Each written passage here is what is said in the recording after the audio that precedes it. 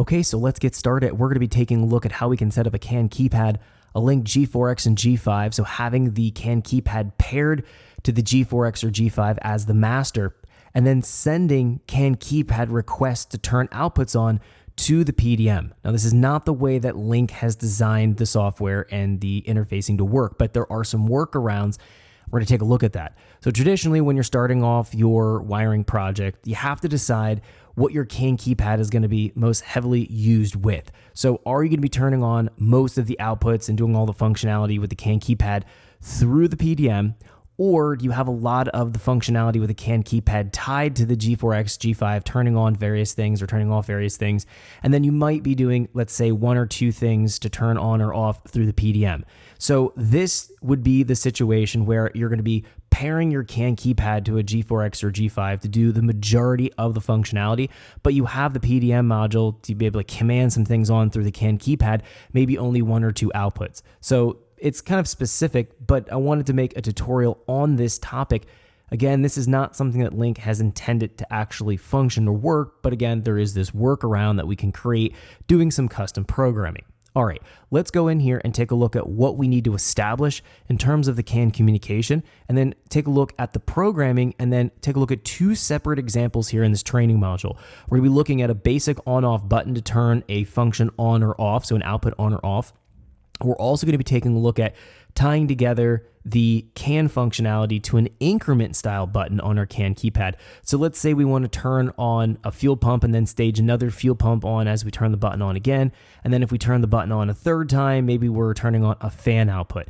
So the CAN buttons can have multiple functionalities in terms of the programming, only if we set up things within the PC Link side of the software. So the PDM Link and the PC Link software are obviously separate. We'll be setting this up on the PC Link and then sending those requests through the CAN network to the PDM Link software to accomplish what we want to in this tutorial. Okay, so the first thing we're going to do here is jump into our PDM Link software. I have that open on the screen. I also have my PC Link software connected to my Link G5 box here on my test bench for this tutorial. So taking a look at this, with the PDM Link software, first thing we're going to go here into our Start menu. Now, in here, I have, let's go ahead and minimize some of these screens here. I have the PDM setup window open and the CAN setup window open. We don't need to do anything with our PDM setup window right here, but we do need to jump down into the CAN settings. We want to go here to the quick setup. I'm only running one PDM module, so I'll be using PDM1 here as my option for the programming. Next thing here is our terminating resistor. We talked about this in all the training modules. The PDM module is the last device in my CAN network, so it should have a terminating resistor turned on. This is good practice with any CAN wiring or CAN networking. The last module should have a terminating resistor, whether it's an external or in this case, I can just toggle it on internally. You have to have that to truncate the CAN bus network. Let's go ahead and turn our terminating resistor to the on option.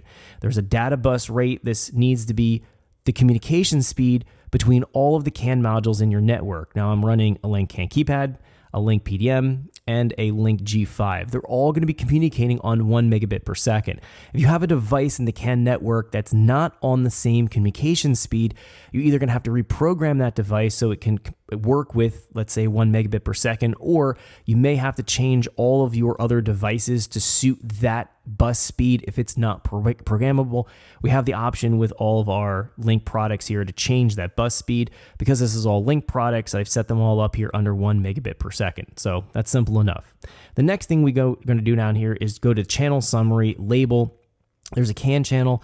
Let's go here to our channel 1 and let's go to mode and set this to CAN function. The CAN ID should be set to 500 and the format should be set to standard. What this is going to do is allow our PDM to talk to on the CAN network our G4x and G5. So simple enough. What we have to do now is make sure on our PC Link side software things, we want to go in and make sure that this CAN ID is also set so it knows to send and receive the CAN requests through the CAN networking between these two devices. Let's go ahead and do that real quick. Let's jump into our PC Link software. Now I am online with my G5 box here. We can see up at the top, we see we're online. Software is open. What I'm going to do is jump into my CAN setup window here. We'll see a little icon. That's the CAN page from our course packet. or course folder. This is the course layout that we've been using. If we go to mode, I'm going to go to CAN module, CAN 2. That's where I have all of my CAN modules tied for this tutorial. So I have the PDM module, I have the CAN keypad, and I have the Link G5 all set up on our CAN network 2 at the G5. Now, the mode should be set to user defined. Bit rate, that's the communication speed, 1 megabit per second. OBD is off. In our data channels, I have our Link Razor here set mode in our selection list to Link Razor PDM. So you'll go ahead and grab that and toggle it on. Transmit rate should be approximately 20 hertz. This works for pretty much all of the transmission rate. Let's set it at 20 hertz. CAN ID needs to be set the same as what we set the CAN ID to within the PDM Link software. So that's 500. We want the format as normal, and then you'll click apply. Now, the other thing we want to do here is make sure that your CAN keypad, in this case, is paired to your G4X or G5. We're going to be treating the G4X, G5 as the master, and then it can communicate in the CAN networking to the other CAN modules. So we always want to make sure that we're assigning the CAN keypad to one module in the CAN networking. You do not want to assign a master between the PDM and a master to the G4X, G5.